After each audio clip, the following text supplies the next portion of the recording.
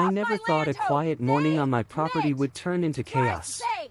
This is One my minute, property. Karen was flaunting I her am brand not new moving. luxury You car, cannot and do the this next, to me. she was blocking my driveway like she owned the land.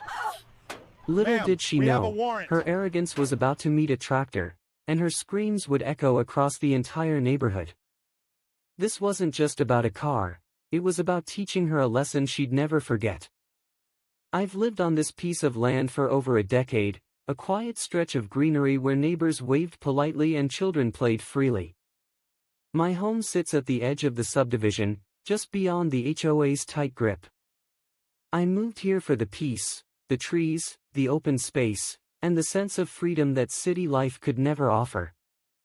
Every morning, I'd sip my coffee on the porch, watching birds flit between the oaks and maples, feeling content that I'd carved out my own little paradise. The community itself was orderly, mostly respectful of boundaries, with lawns neatly trimmed and flower beds carefully maintained. But over the years, a few families had grown, ambitious, thinking rules applied selectively. Karen, in particular, had a reputation. She lived a few blocks over, always with some new luxury, cars, landscaping, even exotic plants she flaunted like trophies. She was the kind of neighbor who measured success by appearances and wasn't shy about asserting her authority, even where it didn't belong. Trouble started subtly. Karen began driving down my long driveway under the guise of checking neighborhood standards. Her visits were rare at first, just casual comments about my garden or the placement of my mailbox. But then the small jabs became bolder. One afternoon, she parked her shiny black luxury car across my property line, inches from the edge of my orchard, pretending it wasn't a big deal. Her audacity set off a quiet alarm in me. I respected boundaries, and I expected others to do the same, but Karen clearly had no intention of respecting mine. That day, I realized something fundamental. Living near the HOA didn't mean I had to surrender my land, my peace, or my sense of control. And from that moment on, every interaction with Karen was a subtle test of how far I'd let her push before standing my ground. It didn't take long for Karen's small invasions to evolve into full-blown interference. Letters started showing up in my mailbox from the HOA, all written in that officious tone they thought carried authority. One claimed that my orchard violated sightline standards, another suggested my tractor tracks were disturbing the neighborhood aesthetic. It was absurd. My land, my property, my rules, and yet here she was, orchestrating complaints as if she owned the place.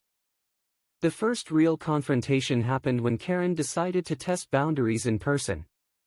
She drove her gleaming luxury SUV onto the edge of my field, tapping the horn insistently.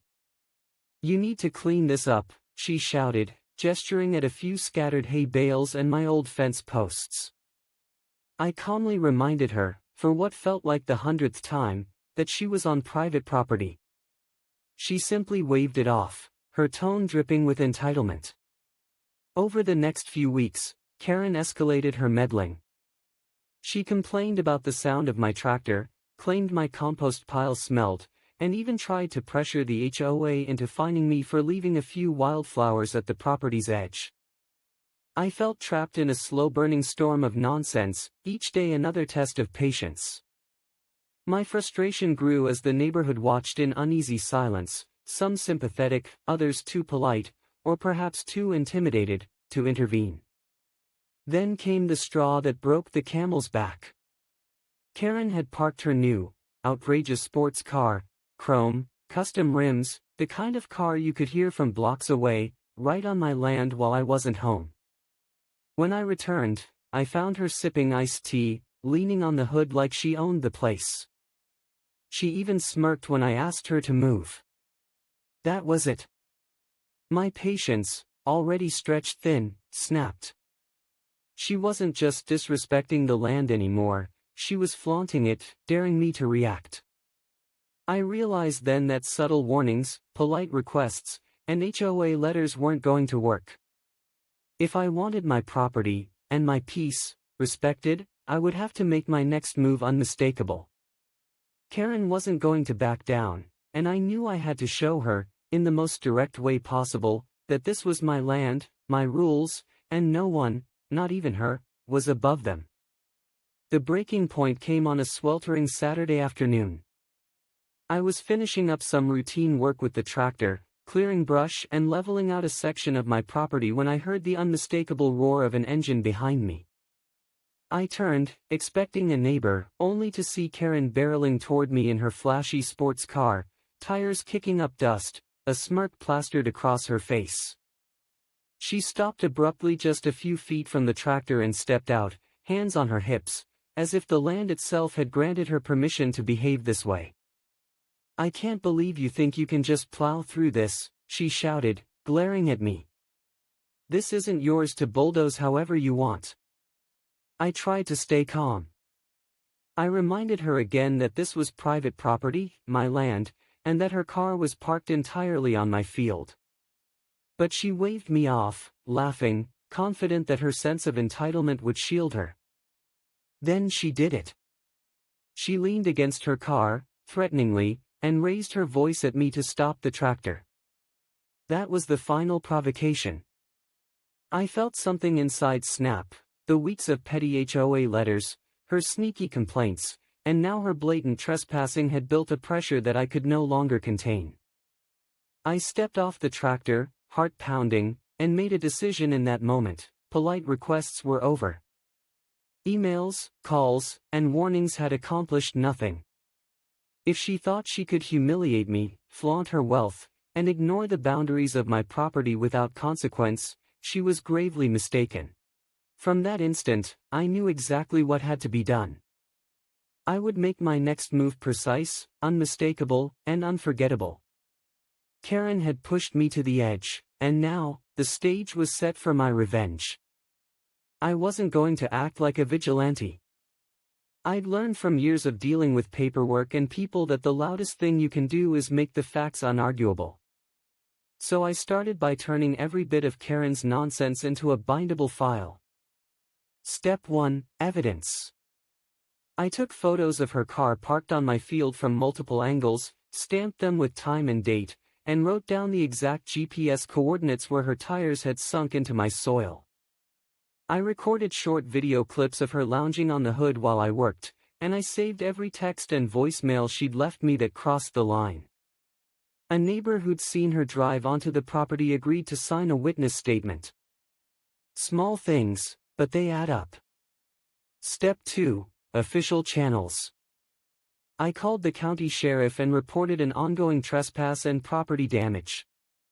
The deputy came out, walked the line with me, noted the ruts, and politely told Karen she couldn't park her vehicle there. He suggested she move it immediately or it would be subject to removal. He also gave me the number of a licensed tow operator who would remove vehicles from private property on the owner's request. Step 3: Practical prep. I checked my tractor, hydraulics, hitch points, overload protections, because if a tow company needed my equipment to access the field, it had to be safe and legal. I arranged for the tow operator to come with the deputy present. I also asked a couple of neighbors to stand by as witnesses. Their presence would make it clear this wasn't a grudge, it was a community response to a problem. Mini twist: Karen tried to sweet-talk the deputy, but the roof cam footage from a neighbor's house, and her own social posts bragging about parking on private land, made her story collapse. By the time the tow truck rolled up, everything was lined up: law, evidence, and a functioning tractor ready to assist in a lawful removal. No drama, just consequence. The morning the tow truck rolled up, the whole street seemed to lean over the fences to watch. I'd asked the deputy to be there, formal, official, and he arrived with a clipboard and a patient expression. The tow operator backed onto my property with careful precision, hooked the straps under Karen's bumper, and gave me a nod. Everything about it felt procedural, inevitable, and utterly satisfying. Karen came barreling out of her house in a sundress, phone already live streaming. "This is outrageous," she wailed, voice trembling between fury and fear. "They can't do this, this is private. Her words dissolved when the deputy showed her the complaint number, the photos, and the neighbor statements. The tow man worked quietly. The tractor idled nearby in case heavier leverage was needed to safely get the car off the sod without tearing anything else up. As they winched the car free, a small crowd gathered, not jeering, just watching.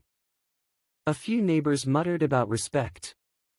A couple of kids clapped because it felt like the grown-ups had finally set something right.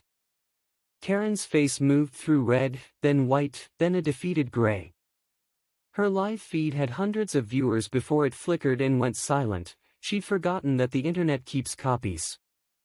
The car hit the flatbed with a dull thunk and the tow operator signaled the deputy. "We're good," he said. The deputy hand-delivered a receipt to Karen for removal and damages and advised her of the civil steps she could take if she wished. She had no audience left to applaud her entitlement. I stood by the tractor and felt a quiet, steady satisfaction, not gloating, not cruel, just clean. My land was clear. Her stunt had an outcome. Boundaries, once enforced, tend to hold. In the days following the tractor incident, the neighborhood settled into a quieter rhythm. Karen avoided eye contact when she walked past, her fancy car now parked at the tow yard, pending repairs she had to pay for herself. The HOA, which had previously tried to meddle in every inch of my property, took a backseat after seeing the formal complaint, the photos, and the official report from the deputy. Even they seemed reluctant to challenge me after the public spectacle. It was clear the boundaries were finally being respected. Neighbors who had quietly grumbled about Karen's entitlement came up to me with congratulations, handshakes, and small tokens of appreciation. A few admitted they'd been waiting for someone to take a stand, and I guess my tractor and patience had done the trick. Even the kids would point and whisper about the tractor victory, a small legend growing in the block. It wasn't about showing off, it was about protecting what was mine and teaching accountability. I felt a mix of relief and quiet pride. Land that had been tense territory became calm again. The air smelled fresher when I walked past the yard, knowing no more unwanted intrusions would happen anytime soon. Karen, meanwhile, was a cautionary tale in the neighborhood, an example of what happens when entitlement meets reality. It was a clean resolution. My property, my rules, and a neighborhood more aware of respect. Sometimes, boundaries need more than words, they need action. And in this case, action spoke loud and clear. Looking back, this whole experience reminded me that standing up for yourself doesn't have to be messy or vengeful, it just has to be firm and smart. Sometimes people push boundaries because they assume no one will push back.